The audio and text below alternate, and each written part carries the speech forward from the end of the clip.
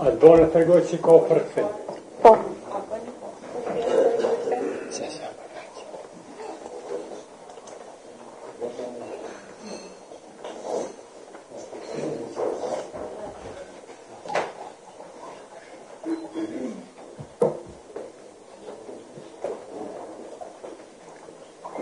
Atëherë po fillojmë? Okej, përshëndetje të gjithëve. Faleminderit që keni ardhur sot në këtë tryezë të organizuar nga Grupi për Studime Juridike dhe Politike dhe të mbështetur nga Fondacioni Kosovar për Shoqëri të Hapur. Para se të fillojmë, po ju lajmëroj që ka përkthim në të dyja gjuhët, edhe në serbisht edhe në anglisht. Po fillojmë pra sot në këtë tryezë të cilën ne kemi titulluar në kërkim të një konsensusi për sa i përket dialogut Kosovë-Serbi në kontekstin e integrimit evropian. Siç e dim të gjithë, në shkurt të këtij viti doli e shumë pritur strategjia e zgjerimit, ku Ballkanit Perëndimor edhe një herë jepet perspektiva për integrim në Bashkimin Evropian. Megjithse në gjitha vendet e Ballkanit kjo strategji u prit ndryshe, në disa vende më me entuziazëm, edhe në Kosovë pati nga ata që e përcaktuan strategjinë si shumë negative për Kosovën, për vetë faktin që përveç marrëveshjes stabilizim asociimit nuk i jep pas edhe një rrugë Kosovës, as një drejtim Kosovës për sa i përket integrimit në Bashkimin Evropian. Ajo që është e rëndësishme në fakt edhe që e lidh edhe integrimin me tryezën e sotme, është pikërisht strategjia në shumë pjesë të saj e përmend dialogun Kosovë-Serbi. E përmend për faktin sepse tashmë ato që quhen si mosmarrëveshje midis shteteve, Bashkimi Evropian i ka përcaktuar si që nuk do të toleroj që ato të transferohen edhe brenda Bashkimit Evropian të ardhmen. Për këtë arsye në strategji thuhet shumë qartë që asnjë marrëveshje dypalëshe midis vendeve të Ballkanit Perëndimor nuk do të lejohet që të integrohet në Bashkimin Evropian. Rasti i Kosovës dhe i Serbisë është rasti që edhe përmendet më veçanërisht dhe specifikisht në strategji, duke argumentuar që në mënyrë që Kosova dhe Serbia të ecin drejt integrimit evropian, duhet patjetër që të kemi një marrëveshje ligjërisht obliguese për të dy shtetet, dhe të dy shtetet duhet të mos ta pengojnë njëri tjetrin në rrugën e tyre për drejt Bashkimit Evropian. Pa humbur kohë, dua t'ja kaloj fjalën panelistëve pikërisht për të diskutuar rolin që duhet marrë Kosova në këtë proces. Është një pjesë tani mund të themi që është shumë duhet jemi shumë të vëmendshëm në mënyrë që mos të bëjmë koncencione drejt Serbisë, në mënyrë që Serbia të fitojë dhe të eci përpara integrimit evropian dhe Kosova të mbetet aty ku është prej shumë vitesh. Fjalën po ja kaloj më së pari zotit Glau Konjofka para se të kaloj me panelistët, fjalën do ja kaloj zotit Agron Bajrami, i cili ka përgatitur një analizë të shkurtër për sa i përket pikërisht strategjisë për zgjerimin dhe arritjen e një konsensusi të brendshëm për dialogun Kosovë-Serbi. Faleminderit Agron. Faleminderit. S'pari të them se kjo analizë është pjesë e serisë të cilën e kemi prezantuar edhe më herët këtu, është e treta në radhë që e bëjmë me grupin për studime politike dhe juridike, dhe të gjitha janë të titulluara në kërkim të konsensusit. Ka një kohë që shoqëria civile në fakt insiston se konsensusi është i domosdoshëm, nëse do të arrijmë kemi ashtu kushtimisht sukses në procesin e dialogut, mirë po edhe nëse do të ruajmë një kohezion të brendshëm i cili në vazhdimsi ka qenë i brisht. Strategjia e Bashkimit Evropian për zgjerim, e cila është prezantuar në shkurt, publikuar faktikisht, në këtë punim merret si vetëm nga një aspekt, nga aspekti që ajo ka një ndikim fundamental në procesin e dialogut mes Kosovës dhe Serbisë, sepse e përcakton edhe zyrtarisht, edhe në mënyrë formale, që përbëhen nëse nuk do të ketë një marrëveshje mes Kosovës dhe Serbisë, përfundimtare, ligjërisht obligative siç e quajnë ata, atëherë as Serbia as Kosova nuk do të mund të antarësohen në BE. dhe procesi integrimit evropian i të dy vendeve është i varur drejt për drejt nga rezultati i dialogut. Për më tepër, strategjia në një formë edhe e jep kornizën se ai dialog duhet të përshpejtohet dhe ajo marrëveshje duhet të mrihet shumë më shpejt. Fillimisht, para se të publikohet, Komisioni Evropian ka pas idenë që të përcaktojë edhe afatet shumë strikte kur duhet të mrihen këto. Mirëpo, si duket bazuar në informatat që kemi dhe që janë publikuar, po edhe në një formë ndoshta gjysmë zyrtare janë thënë nga vetë shtetet anëtare të BE-s, jo gjithkush në BE është dakord me përcaktimin e afateve, për shembull që deri në vitin 2025 Serbia të jetë anëtare, apo që deri në vitin 2019 të arrihet marrëveshja, sepse një pjesë e madhe e qendrave në BE nuk e konsiderojnë apo nuk e besojnë se është e mundur të arrihet një gjë e tillë për një kohë kaq të shkurtër, një, dhe dyta vetë BE-ja nuk është e sigurt nëse është e gatshme që të përfshi në atë afat shtetet të reja në anëtarësi të saj, për shkak të problemeve të brendshme që i kanë. Sidoqoftë, përpjekja jonë ka qenë që të marrim këtë pikë, do të thotë pikën ku marrëveshja finale mes Kosovës dhe Serbisë bëhet një kusht shumë direkt dhe i panegociueshëm nga ana e BE-s për procesin e integrimeve të Kosovës. Dhe në këtë kontekst, kjo analizë përpiqet që ta shohë se çka ka ndikuar ai hap nga BE-ja në dinamikën e procesit dialogut. Në fakt, në vend se të nxjis palët që dialogu të ecë drejt një marrëveshje, ka ndodhur kundërta, kemi pasur tensionime të cilat janë evidentuar dhe në fund përpjekja jonë ka qenë që përmes analizës t'i bëjmë disa rekomandime të cilat në fakt janë përsëritje asaj që kemi thënë edhe më herët, dhe përsëritje apo ndërlidhje me analizat që janë bërë edhe më herët në raport me nevojën e Kosovës që të ketë një konsenzus rreth dialogut, brenda partive politike dhe në institucione, dhe dy, që ai konsenzus të prodhoj një platformë konsensuale rreth dialogut, po pse jo edhe për çështje tjera, dhe e treta që kjo platformë konsensuale të reflektoj jo vetëm synimet e Kosovës në raport me Serbinë, por edhe synimet e Kosovës në raport me Bashkimin Evropian. Mendoj se për shumë kohë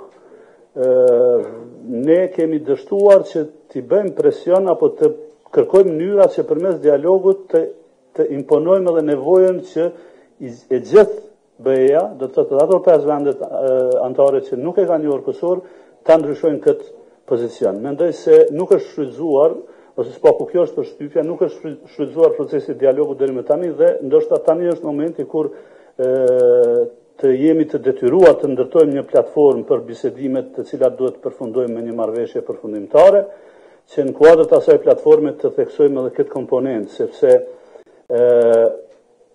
edhe nëse do të kishte një marrëveshje ligjërisht obligative mes Kosovës dhe Serbisë, nuk është e garantuar se Kosova do të mund të antarësohet me BE për shkak se janë 5 vende që nuk e njohin. Dhe ky problem besoj se Kosova do duhet ta shtronte në tavolinën e diskutimit para se të mrihet marrëveshja përfundimtare dhe jo pasi që ajo të përmbyllet dhe pasi që Serbia ta merr të them ashtu kushtimisht dritën e gjelbër për antarësim. Unë jemi përpjekur në fakt edhe në koordinim me grupin për studime politike dhe juridike kemi vendosur se analizat të mos jetë shumë e gjatë, sepse po them edhe njerë ndërlidhet me 2-3 tjera që kemi hartuar dhe prezentuar në 5-6 muajt e kaluar. Dhe do të kisha dëshirë që ndoshta sot debatit të orientohet më shumë se çka sakt është e mundur të bëhet në kuptim të arritjes së konsenzusit dhe të arritjes apo të hartimit të një strategjie konsensuale të Kosovës për dialog, dhe nëse ajo strategji do të mund të adresonte edhe problemet që ne kemi raport me BE-n e jo vetëm problemet që kemi në raport me Serbinë. Faleminderit. Shumë faleminderit Agron. Atëherë po ja kaloj fjalën zotit Konjufska, deputeti Lëvizjes Vendosje në Kuvendin e Kosovës, duke u ndërlidhur me atë që sapo tha edhe Agroni, do doja të pyesja më konkretisht pa ndashur t'i themi dhe t'i përsërisim gabimet që janë bërë deri tani në dialogun Kosovë-Serbi, po cila mendoni ju është rruga e dur për të arritur konsensusin dhe sa është e gatshme lëvizja vendosja të përfshihet në këtë dialog apo në këtë platformë të madhe për të vazhduar dialogun me Serbinë?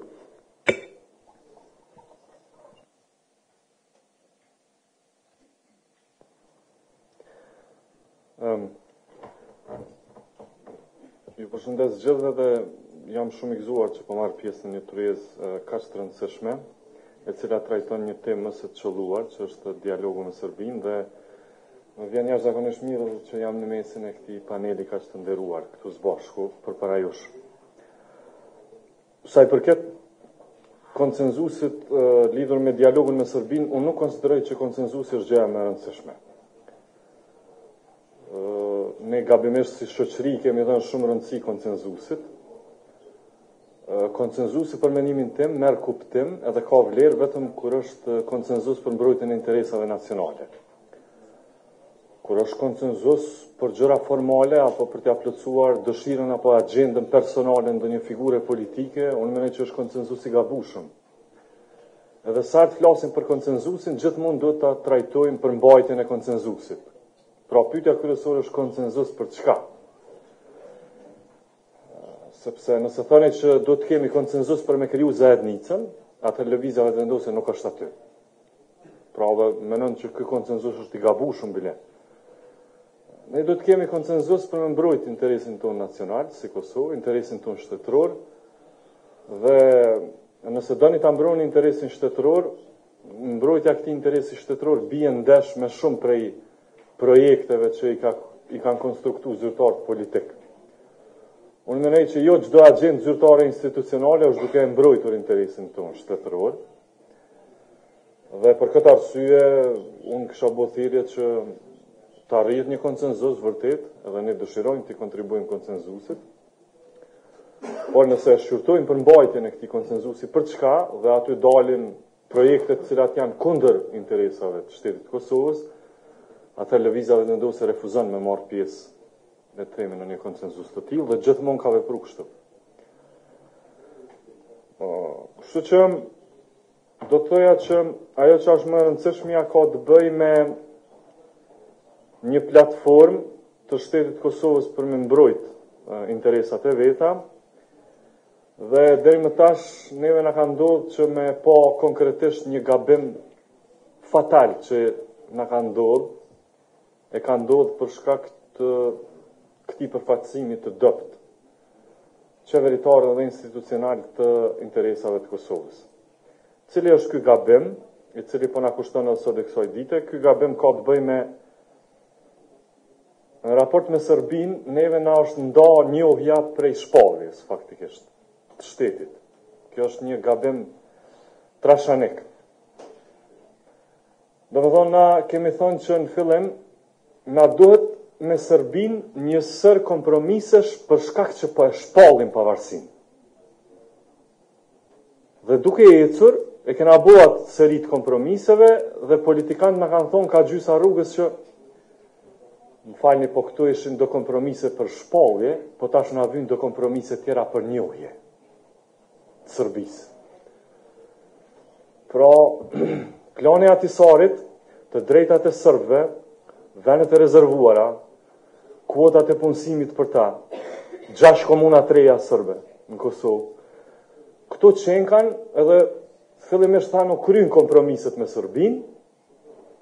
Kjo është plani i Atisarit, është për serbët në Kosovë, mas shumë t'ju jepet atyre, do të kenë 45 zona eksterritoriale, kishat dhe manastiret do t'i kenë të mbrojtura, të drejtat komunale janë maksimum, ka një vetëqeverisje të gjërë, edhe këtu janë kompromisi, mirë po kjo është kompromis që neve na do të për me shpall pavarësinë. Pa këtu nuk mujna me shpall. Mirë, u bënëm këtu kompromise.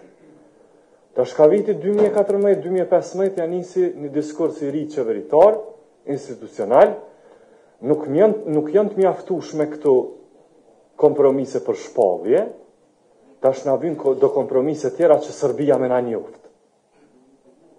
Kjo është gabim trashënik.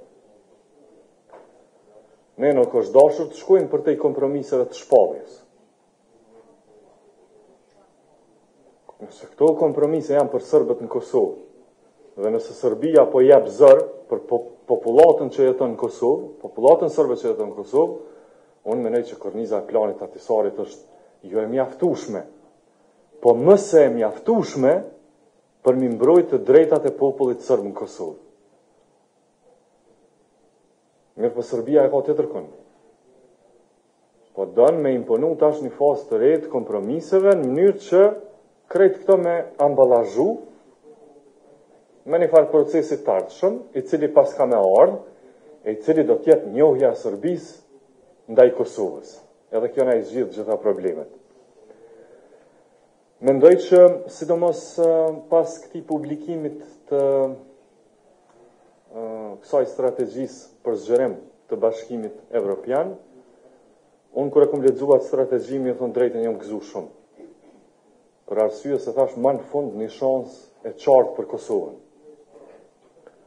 Sepse aty shkruan që Serbia nuk mund të bëjë asnjë hap në drejtim të kalimeve të kapitujve më të rëndësishëm të Bashkimit Evropian, sidomos nëse nuk i rregullon raportet me Kosovën. A muna du të me definu çka është rregullim i joni i raporteve me Serbinë. A është rregullim nëse japim Serbisë ende më shumë diçka? Unë nuk pajtona me këtë perspektivë. Unë mendoj që gabim. Edhe masanej del sherrri më vonë, edhe prishen marrëdhëniet më vonë. Unë mendoj që korniza e cila është etabluar në Kosovë në vitin 2008 për mbrojtjen e interesave të pakicës serbe është e mjaftueshme. Nëse e keni për me mbrojt popullatën serbe në Kosovë, plani atisarit mjafton. A nëse i keni për me ushqy ambicjet shtetërore të Serbisë, plani atisarit nuk mjafton. Ajo kërkon autonomi territoriale. Kjo është ambicia shtetërore e Serbisë. Dhe nëse doni me hyrë në këtë fazë të dialogut, ku doni me akomodu ambicjet shtetërore të Serbisë, lëvizjen vetëvendose nuk do ta keni aty brenda. Lëvizja vetëvendose do të rezistojnë nga jashtë, që shka bëjë gjithmonë. Po nëse doni për popullatën serbe një projekt në cilën shteti i Kosovës me hyrë në dialog të drejtpërdrejt me përfaqësuesit serb të Kosovës, jo me Vučićin, po me përfaqësuesit serb të Kosovës. Edhe me pyet ata çka po dëni, çka po ju mungon, edhe mi rregullu gjitha problemet e tyre, aty vetëvendosja është brenda. Mund ta keni këtë konsenzus. Po mu po më doket që presidenti, sidomos, po do me hynë këtë fazën tjetër që nësum për friksohen. Po do me hynë që atë fazën ku me Vučićin i rregullojnë ato ambicjet, i akomodojnë ambicjet shtetërore të Serbisë, që është krijimi i zajednicës me këto do kompetenca ekzekutive në Kosovës. Edhe me adhon, do më thonë Kosova Serbisë me ja ofru një farloj që Serbia me gëzu një farloj autonomie territoriale brenda Kosovës, me kufit qartë, të cilën e forcon e ushqen vazhdimisht deri pas kur të krijon ndoshta kushtet e reja gjeopolitike në të ardhmen pas 10 apo 20 viteve, me ja bo që shpja bën në Republikën Serbe, por dhe të kërcënon me shpalljet referendumeve, me shkputjet Republikës Serbe, t'ja bëj këtë edhe në Kosovë. Kështu që, për me përfundu, mendoj që ne nuk du ta pranojmë këtë, që ta ndajmë shpalljen nga njohja. Unë mendoj që Kosova ka mjaft kushzim në dorë sa i përket Serbisë, sidomos pas publikimit të kësaj agjendës së Bashkimit Evropian, agjendës për zgjerim. Ne du të themi kështu: nëse Serbia don me hyrë në BE, duhet me dhënë diçka Kosovës. Unë kam dëgjuar pe zyrtarëve politik, a di çush flasin zyrtarët tonë politik. Për me hyrë Kosova në BE, do të me dhënë diçka Serbisë. Po ato le janë i Serbisë. Ato e thot Serbia. Çka do të me thonë zyrtari i Kosovës? Zyrtari politik i Kosovës do të me thonë, për me hyrë Serbia në BE, do të me dhënë diçka Kosovës. Dhe që tash kur gjë nuk i ka dhonë. Çka do të me dhonë, vetëm nuk do të me pengu që na me shtri sovranitetin tonë. Në veri, shpërbërja strukturave, kriminalet Serbisë në veri, ndërprerja financimit tyre, mos pengimi i Kosovës në arenën ndërkombëtare. Këto i duan ne. Pa i bo këtu Serbia, asë një hap nuk mënët me shku në drejtim të Bashkimit Evropian. Sepse këtë Kosova e interpreton si interes të vetin, jetik. Pa këtë ne nuk mund të akzojmë shtetin, nuk mund të akzojmë sovranitetin, lirin që e kemi fitu. Nuk ka kuptim për ne shtetësia, nëse nuk është kjo shtetësia. Pra unë mendoj që nëse qeveria e Kosovës lëviz në këtë drejtim, atër është lajmi mirë. Po unë përshot që qeveria e Kosovës po lëviz në drejtim të gabushëm. Fotografia aty e Ramosh Haradinajt, duke ja dorëzu në dorë faqet një platformë, cilën vetë faqe e ka shkru, ja ka dhonë Ramushit, e këtë është mënyrë kurtuazie ja dorëzon faqet, kur faqet bëhet përfaqësuesi i dialogut, kjo është me të vërtet skandaloze për menimin tim. Ne jemi që, sipas një rezolute të Kuvendit të Kosovës, dialogun ta udhëheqë qeveria e Kosovës, jo presidenti. Qeveria duhet ta udhëheqë dialogun, kurse Kuvendi duhet të jetë epicentër e këtij zhvillimi, me raporte shumë të shpeshta të qeverisë, e cila jep raport në Kuvend të Republikës Kosovës. Për këtë ka rezolut, e kryeministri nuk për respekton rezolutën. Pse po them këtë që është skandaloze? Sepse kryeministri krejt argumentet i ka në dorë të vetën, krejt i ka argumentet, legitimitetin, të drejtën, rezolutën e Kuvendit, edhe shkon e shkruan një rezolut ku i thot faqet që po ta dorëzoj dialogun me Serbinë.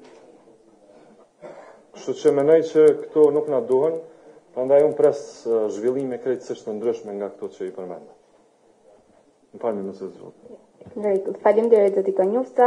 Atëherë po ja kaloj fjalën zotit Ahmeti Sufit, deputeti i Kosovës nga AK-ja. Do të lutesha në fakt të përgjigjeshit dy pyetjeve të cilat unë kam. A mendoni ju që është presidenti personi i dur që duhet ta udhëheqë dialogun me Kosovën me Serbinë? Edhe një pyetje tjetër, a mendoni që mund të jetë strategjikisht e gabuar vendimi për themelimin e asociacionit pikërisht në këto momente, pasi ne e dim që Serbia nuk po bën as edhe një lëvizje për zbatimin e të gjitha atyre marrëveshjeve që janë arritur deri tani, kurse ne tregojmë gjithmonë të gatshëm për t'i ndërmarrë dhe për t'i përmbushur ato obligimet që ne i marrim, por nga ana tjetër nuk kërkojmë në një farë mënyrë llogari as kundrejt Serbisë, po as edhe nëpërmjet Bashkimit Evropian.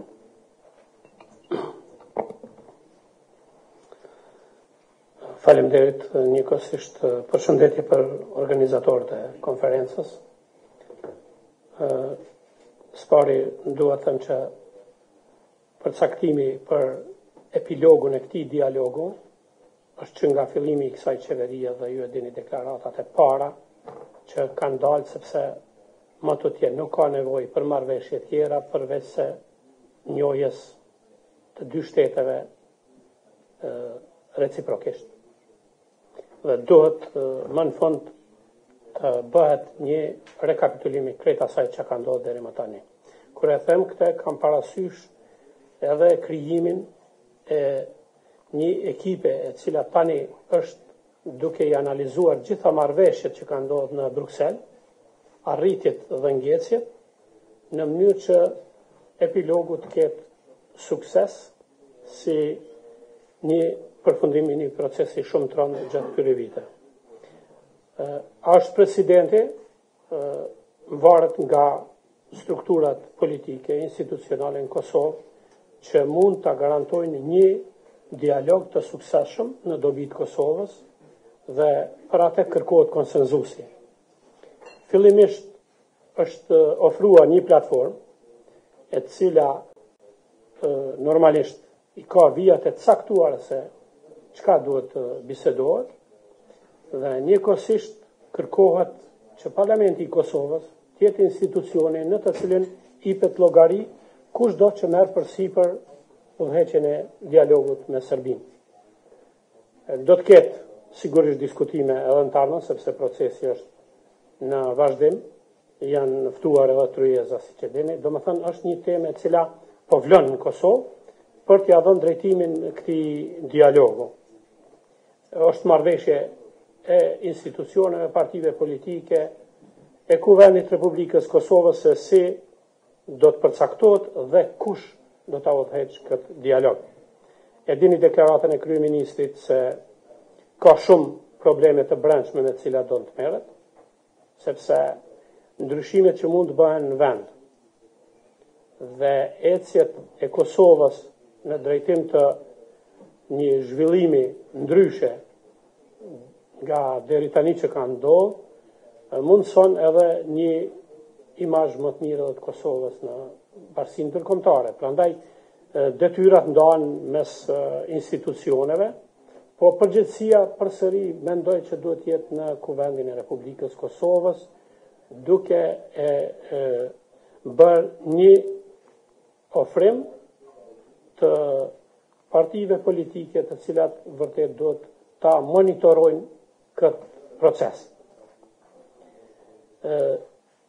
Serbia është e obliguar të përgjigjet Kosovës, unë e pajtohem se nuk kem çka më të lëshojmë pe, është lëshuar me rastin e draftit të atisarit, madje ka pas lëshime edhe në dialogun e kaluar, si që dini ka filluar me dialogun teknik, që të gjithë e dinin se do të jetë dialog politik, dhe kaloj pastaj dialog politik të hapur, domethënë për të kuptuar se ka pas edhe mashtrim në këtë drejtim, po që më tutje unë e konsideroj që institucionet e Kosovës do të bartin përgjegjësinë e plot edhe të mos ketë më nevojë për devijime nga procesi, përkundrazi do të mbronë interesat e shtetit të Republikës së Kosovës. Janë tema të cilat ndërlidhen sepse kemi të bëjmë me asociacionin. Me Kushtetutën e Republikës së Kosovës mund të krijohet një asociacion i cili nuk ka kompetenca ekzekutive, pikë. Dhe i tillë mund të krijohet, nuk ka asnjë problem, sepse në fundit është edhe detyrim kushtetues, por absolutisht këtu duhet jemi të gjithë bashkë që të mos lejojmë shkeljet kushtetutës, shkeljeve të ligjit në fuqi, dhe të mos lejojmë që procesi të degradojë. Unë jam i bindur po që se pajtohemi bashkë gjithë të marrim përgjegjësi, jo vetëm paragjykojmë, sepse unë shpesh herë shoh paragjykime para se të ndodhë diçka.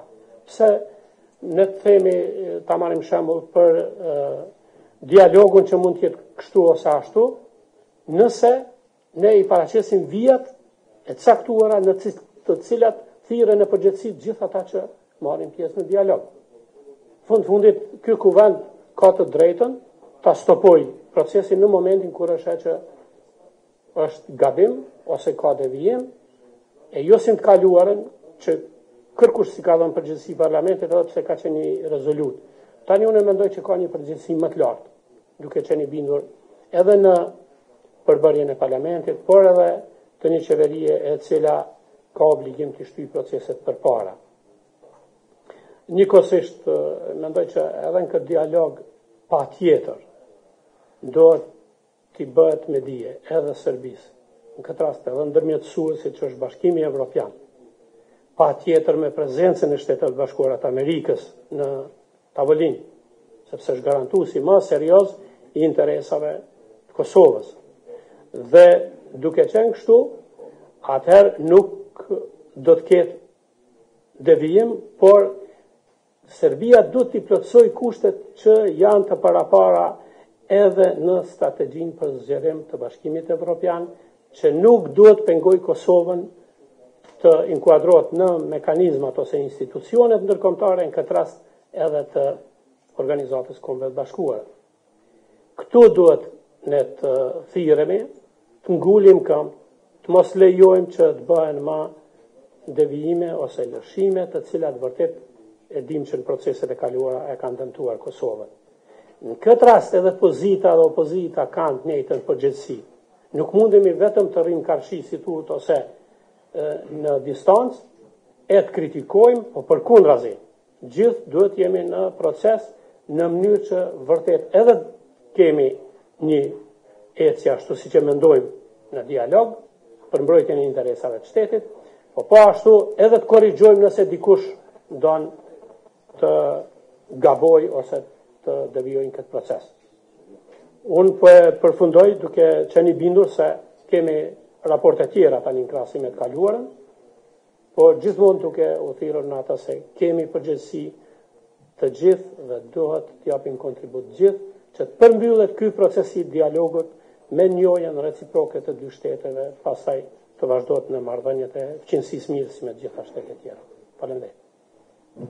Faleminderit zoti Sufi. Në fakt, më shumë se sa paragjykim, besoj që është frikë dhe stepje kundrejt çfarë ka humbur Kosova deri tani, edhe duke pasur parasysh që ky është momenti final, gjithë aktorët po besoj bien dakord që duhet të ketë një gjithëpërfshirje edhe një konsultim i gjerë dhe transparencë mbi të gjitha, gjë e cila i ka munguar procesit dialogut që nga fillimi deri tani.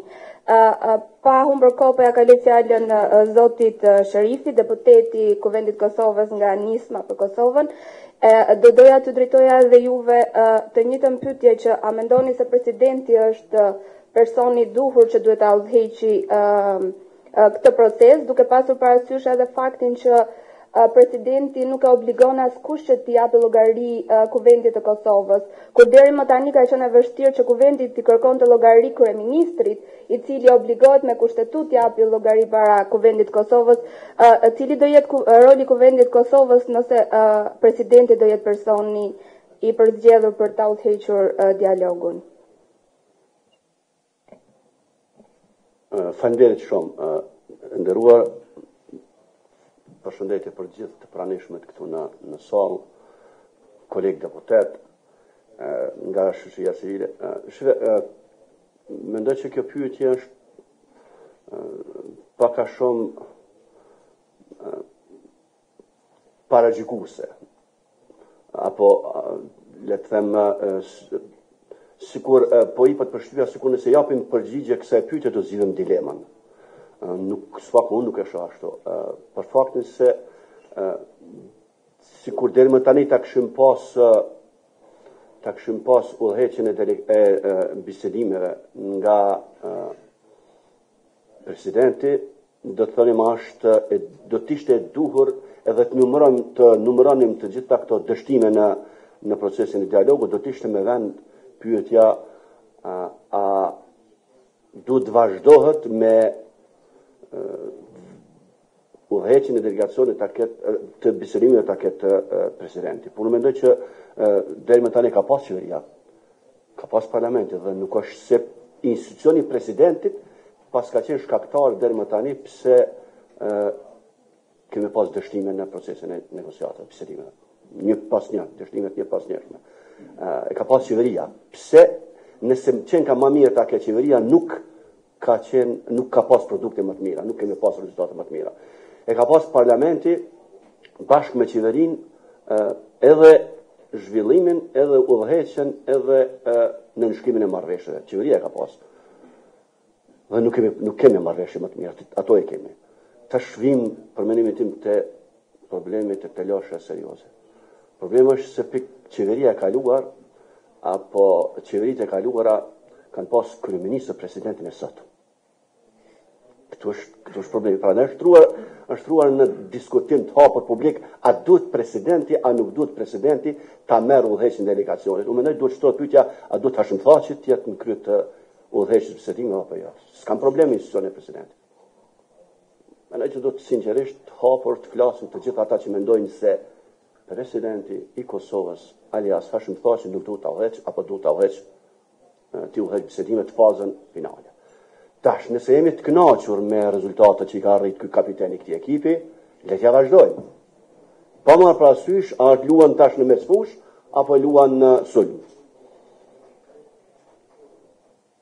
Unë shtroj tash pyetjen a jemi të kënaqur me rezultatet të cilat i ka pas Republika e Kosovës në bisedime me Republikën e Serbisë në procesin pothuajse tani 7-8 vjeçar të bisedimeve.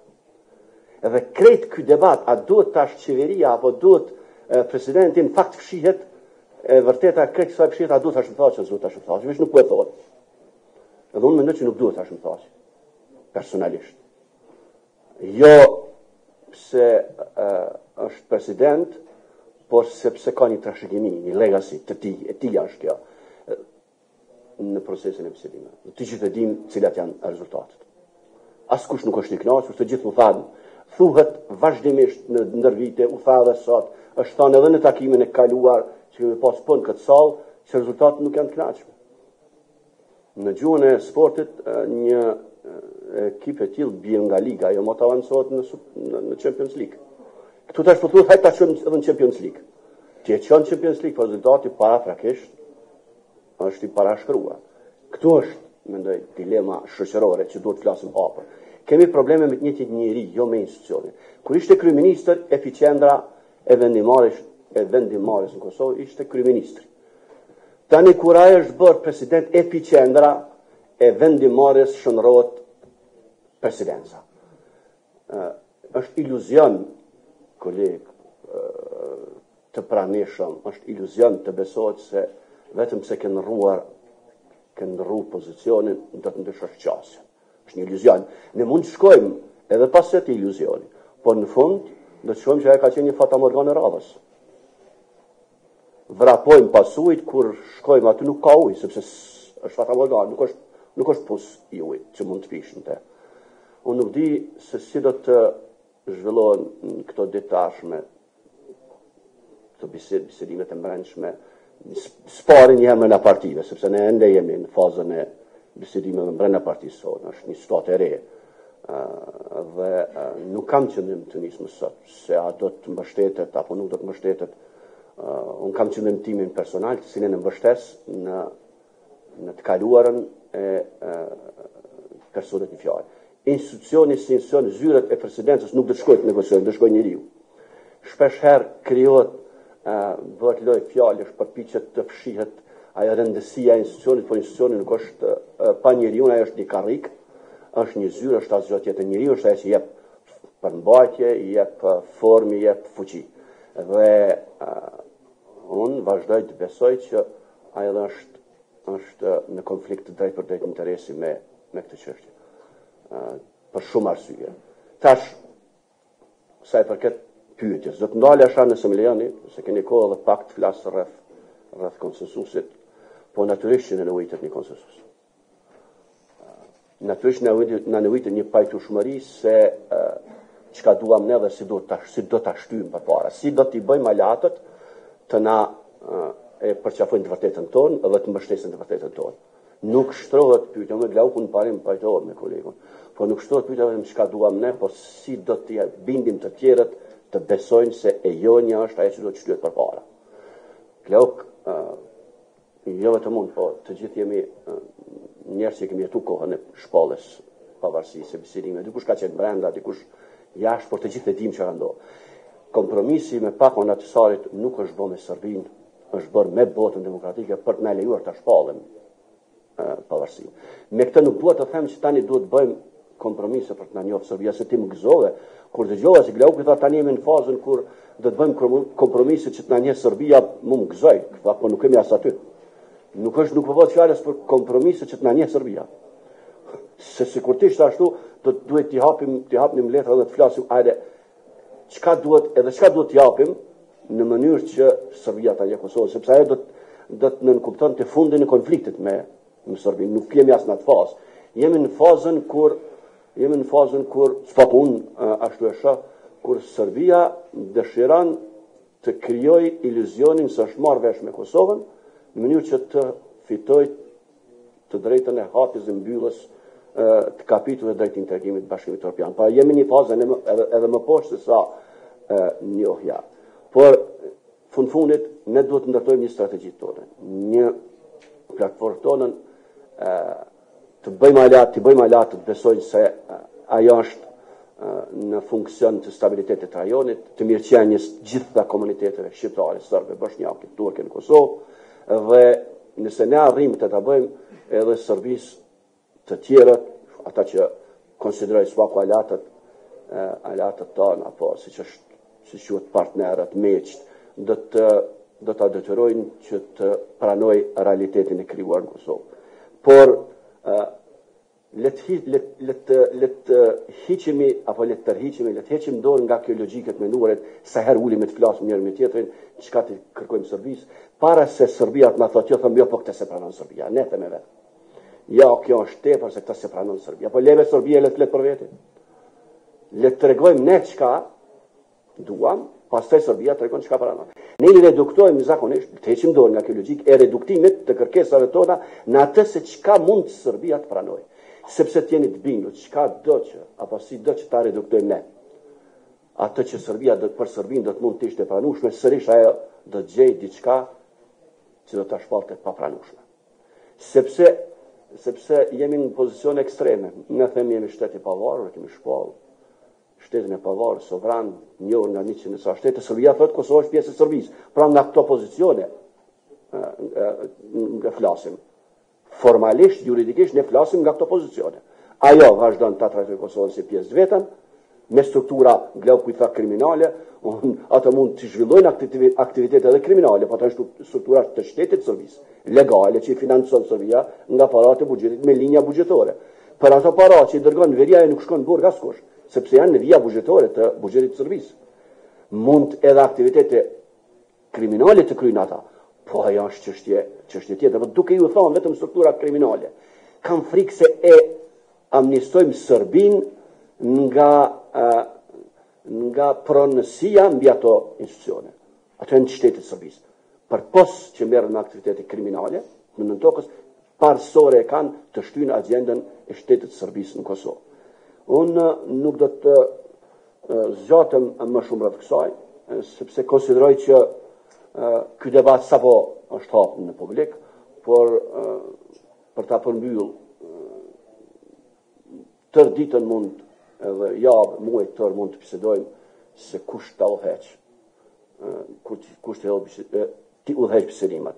Nëse ngulim kam se duhet të hiqen nga qeveria, duhet të tregojmë pse duhet të hiqen nga qeveria dhe parlamenti, pse duhet shkojë te presidenti, cilat janë përparësitë që do të ketë shteti, por mbi gjitha, para se çdo shkronjë të jetë shkruar, se cila do të jetë platforma e unifikuar e aktorëve dhe faktorëve politikë të Kosovës dhe të partnerëve, kot të shkojmë në Bruksel, rezultati me aktorë të njëjtë, me lojtarë të njëjtë, do të mbetet të njëjtë. Faleminderit. Faleminderit zoti Sherifi. Atëherë pra kaloj fjalën zotit Belul Beqaj. Në fakt përveç arritjes së konsensusi, do doja të pyesja cila duhet të jetë rruga që Kosova duhet ndjek në mënyrë që të ecë në këtë proces, duke u bazuar në gabimet e të shkuarës, po edhe duke parë përpara drejt perspektivës europiane. Faleminderit. Në fakt, mendoj se janë dy vështrime të cilat kanë dalë si produkt i qasjeve të ndryshme dhe pikërisht këto dy vështrime të cilat në njërën anë ko pas kohë hiperbolizojnë çdo gjë që është arritur në procesin e dialogimit, ndërsa në anën tjetër absolutisht i mohojnë gjitha të arriturat nga procesi i dialogimit, na sjell në një situatë që të japim një përgjigje e cila do të ishte vetë me logjike dhe objektive. Kjo ka të bëjë me faktin se vazhdimi i dialogut asesi nuk mund të ndodhë nëse nuk bëhet një skenim i gjendjes reale. Në këtë kuptim, sikur unë ta mbështetja qasjen e zotit Konjuca, ndoshta 90% isha pajtuar me të. Për faktin se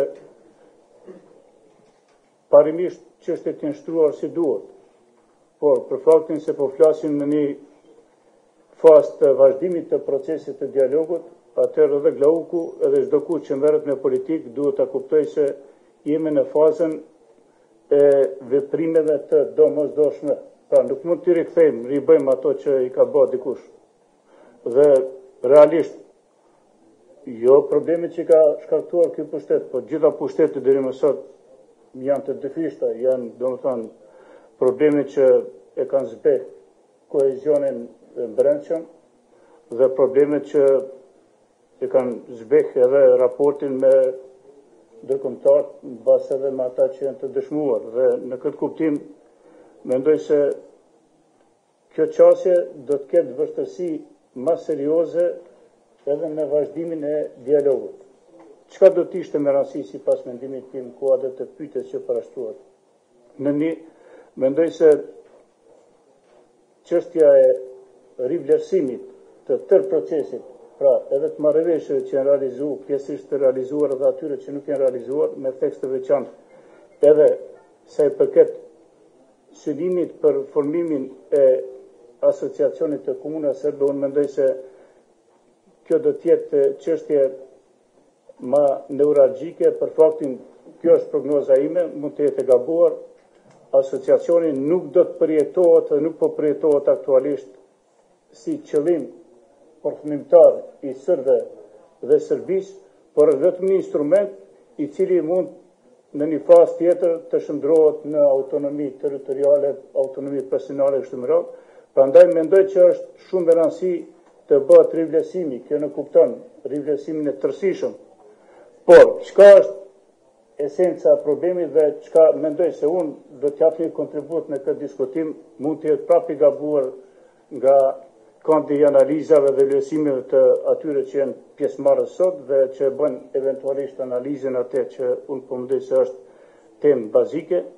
Unë mendoj se vazhdimi i dialogut nuk do të jetë zgjidhjet e çështjeve të hapura.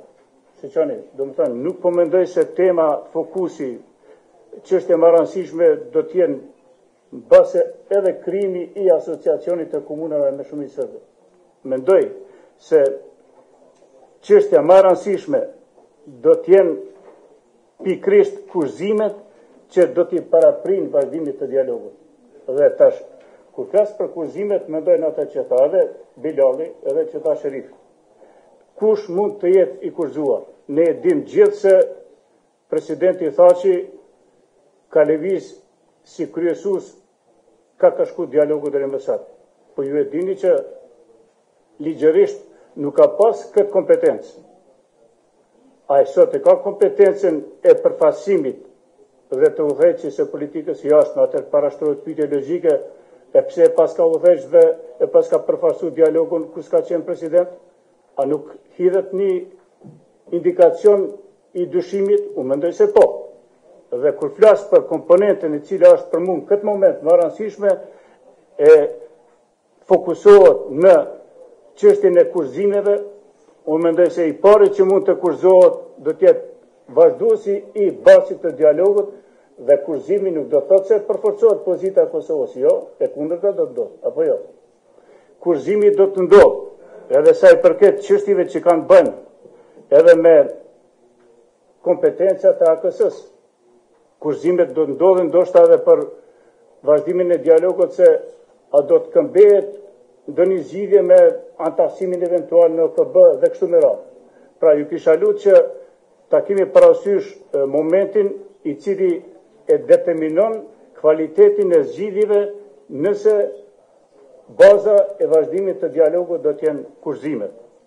Dhe pikërisht për mos më ndodh kjo, pra unë po flas gjatë tërë kohës jo për atë që duhet, po për atë që është aktualisht e domosdoshme, mendoj se duhet rivlerësuar të procesi, duhet krijuar një ekip konsensual, mundësisht të ekspertëve, dhe duhet të rishikohet strategjia me momente të qartësimit të tyre, duke përfshirë edhe natyrisht mundësinë e epilogut të një marrëveshje obligative dhe ligjore.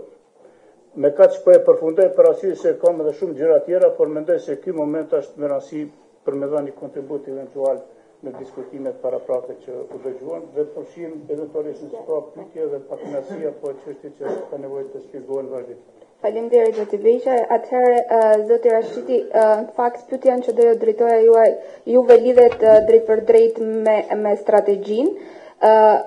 Kur lexoj strategjia, shihet në fakt që Bashkimi Evropian do që sa më shpejt ta mbylli këtë proces.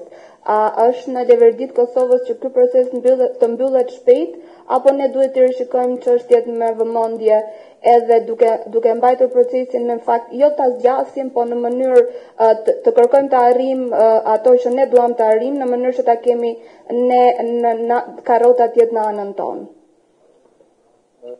Faleminderit, përshëndetje mes, përshëndetje gjithëve. Shikon, në këto proceset komplikuara, jo gjithçka është në dorën e Kosovës. Shumë çka është në dorën dhe perspektivat janë tërësisht ndryshme. BE ka një qasje krejt tjetër në raport me këtë konflikt, sepse ky është konflikt i pazgjedhur. Serbia ka qasje tjetër dhe Kosova ka ambicje dhe qasje tjetër.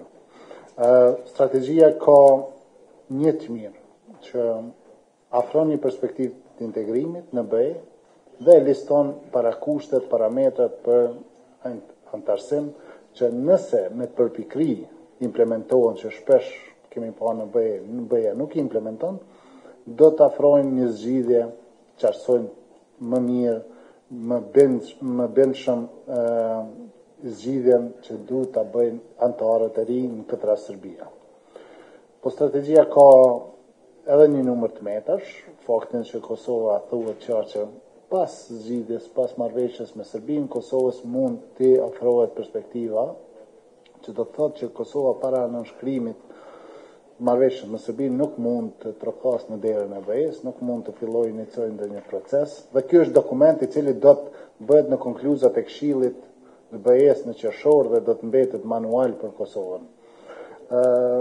E dyta ka të bëjë me heqjen e, tha Vagroni pak më herët, heqjen e afatit dhe parametrave strikte në raport me Serbinë, ku deri në draftet e mëshme kërkoi zgjidhja deri në marrëveshje deri në fund të vitit 2019 dhe implementimi deri në vitin 2023, tani nuk figuron. Dhe që tani kemi interpretime shumë të ndryshme në BE, shumë fleksibile, se Serbia para antarësimit duhet ta përmbyllë procesin normalizimit. Kjo do të shkaktoj telashe të mëdha. Dhe këto janë realitete të cilat ne, Kosova, Ballkani, shoqëria duhet jetojmë. Për atë, i gjithë diskursi duhet i çështjes së dialogut me Serbi duhet të lidhet me rekomandimin e fundit që ka Vagroni, që të flitet për vizionin e Kosovës në raport me dialogun, shtetëndërtimin dhe integrimit evropian. Janë këto premisa të cilat përcaktojnë se si do të sillet edhe Kosova në dialog me Serbinë. Për mua mbetet e fundit çështja se kush do ta heqë dialogun, ekipin, po mbetet se si i adresojmë cilat janë këto, mbi çfarë premisa ndërtojmë procesin e dialogut krahas tjerëve. Çka kena ka mbet me Serbinë, 10 vjet pas shpalljes së pavarësisë, e kemi gjithë gamën e çështjeve me Serbinë pas zgjidhur. E kemi çka ka ndodhur këto 10 vite në Kosovë. Çka s'po funksionon, çka procesi nuk është vetëm dialog, është shtetëndërtimi, funksionimi i institucioneve, demokracia, është reformat, proceset integruese, njohja sovranitetit ndërkombëtar, njohja kështu me radhë.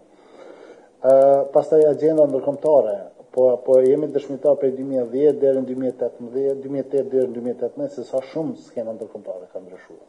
Dhe sa shumë po e afekton Ballkanin edhe neve këtu. Dhe mos harrojmë një gjë, ne po flasim për një proces që ndoshta në dialogun me Serbinë do të jetë më i komplikuar se vetë procesi i Vienës. Për shkak këtyre rrethonave. Sepse thuhet që duhet të ketë një marrëveshje normalizimit të plot mes Kosovës dhe Serbisë. Historikisht Kosova dhe Serbia s'kan nënshkruar kurrë traktat paqe. Kur tash thuhet e mira e këtij dokumenti strategjisë BE-s është që thuhet që duhet jetë marrëveshje detyrueshme e pranueshme për 2 palët, me 2 nënshkrimet e palët.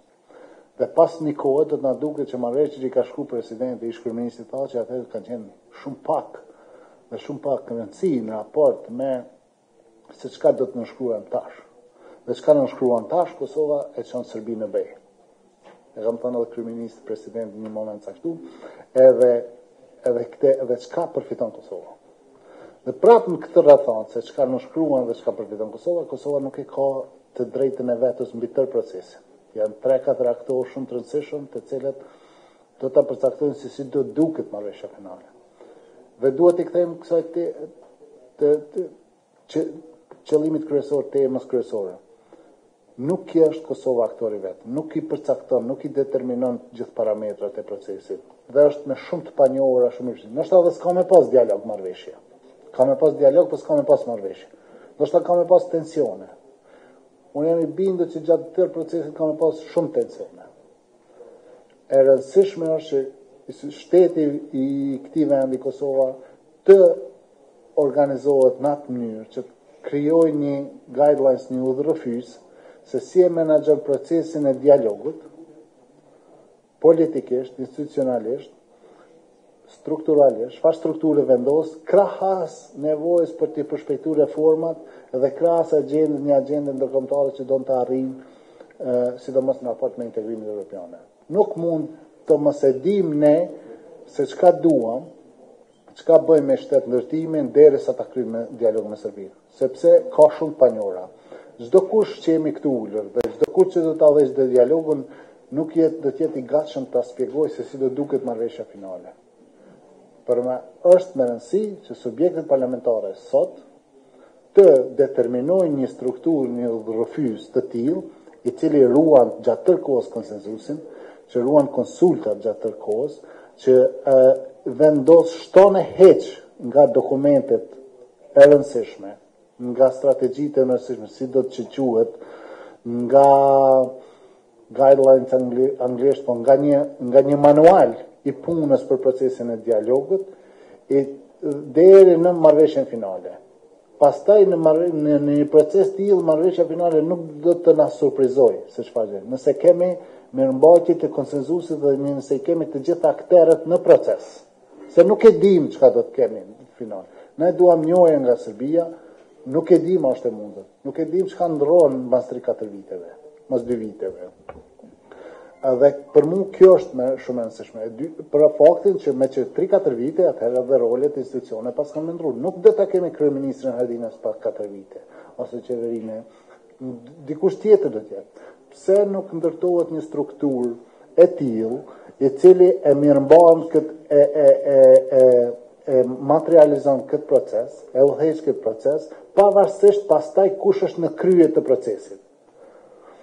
Dhe unë shoh megjithatë për ta përmbyllur që ka lëvizje kohë të fundit që pas çështjes demarkacionit, ka lëvizje që njerëzit shumë seriozisht janë duke munduar për temën, sepse është proces i vështirë. Jam i bindur që edhe liderët nuk duan vetë ta marrin përgjegjësinë këtë. Askush pavarësisht fuqisë politike. Nuk duan sepse është proces shumë i komplikuar. Dhe kërkon një bashkërendim shumë më të madh politik, institucional. Gabimet që kanë ndodhur, ka pak edhe mësime nga gabimet që kanë ndodhur në demarkacione dhe marrëveshje të tilla, të cilat janë bërë në farforme jo në mënyrën më të mirë të koordinimit politik dhe institucional, dhe besoj që deri në vjesht përgatitja e institucioneve politikës kosovare do duket ndryshe. Shumë faleminderit, duke falendëruar të gjithë panelistët, po e hap Tryezën për pyetje ose diskutime të shkurtra nëse keni.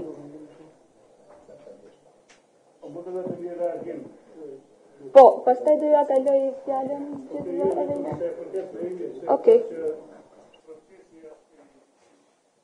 Me komplikuar, unë mendoj se një vlerësim i tillë nuk është objektiv.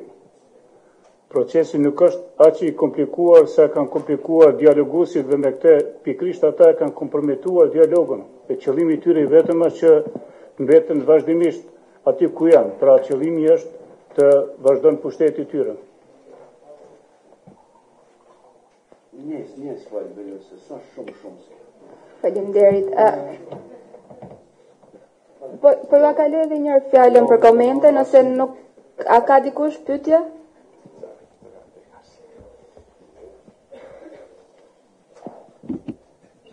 Përshëndetje, jam Reza Hoxha hullumtuese pranë grupit për studime juridike dhe politike. Faleminderit shumë për ato që i ndohet sot me ne.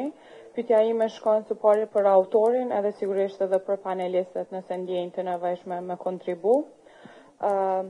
Pos dështimeve, nëse mundemi me thonë që kanë qenë dështime në këtë proces cilat i ka përjetu Kosova si shtet, cilat mendoni ju që ka qenë përfitimet e Kosovës si shtet që ka qenë involvuar në këtë proces?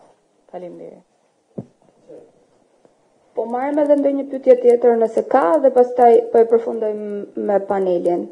Ka dikush tjetër diçka? Okej, në rregull, zoti Beram. Faleminderit shumë. Po mendoj ose s'po përshtypja ime është se i gjithë procesi dialogut nuk është një tansi cilën mundemi me vlerësu bardhëzi për tërë kohëzgjatjen e saj. Mendoj se në një fazë të hershme të dialogut ka ekzistuar një vullnet shumë më i madh brenda BE-s për me ndjek procesin drejt një konkluzioni logjik. Ai konkluzioni logjik është pra njohja e ndërsjellë midis Kosovës dhe Serbisë. Nuk e kanë thonë kur, sepse brenda BE-s ekziston një problem me 5 shtetet që nuk e njohin, dhe mendoj se ndoshta momenti më i mirë e nuk është për si pasoj e punës mirë tonës, po është si pasoj e rrethanave ka qenë përfshirja e Gjermanisë vitin 2011 në proces, e cila ka pamundsu daljen e procesit në binar të cilët do të na dërgonin edhe shumë më keq se ku ndoshta mendojmë se jemi sot. Ato parametra që kanë ekzistuar atëre tash pak janë zhdu. Kur them për parametra, po flas për nevojën që të ketë një qartësi se çka duhet ndodhë fund procesit. Ne këto analizat që i bëjmë, do të thonë hezitoj që të quaj diçka dështim apo të quaj diçka sukses. Ka marrëveshje që janë arritur, po që nuk janë zbatuar në pjesë shumë më e madhe se sa e atyre që janë zbatuar. Dhe në një terminologji ndoshta të përditshme do të mund të themi ato janë dështime. Dhe e kundërta është se ato që janë zbatuar janë suksese. Mirë po, nga njëherë, më zbatimi i diçkafit është më sukses se sa zbatimi i saj, dhe në anën tjetër nga njëherë zbatimi i një marrëveshje krijon komplikime tjera. Çka dua të them është se suksesi më i madh i dialogut ndoshta është fakti që ne si vend jemi duke diskutuar nevojën për të mërri e ndëgjuam edhe tash një interes nacional edhe për ta ruajtur atë, për ta definuar. Ndërsa dështimi ndërsa më i madh është që për 8 vjet nuk kemi mri me bate. Ndërkohë që normalisht në dialog ka qenë dashur me hyj me një pozicion të qartë, se çka është interesi jo nacional dhe çka kërkojmë për atij dialogu.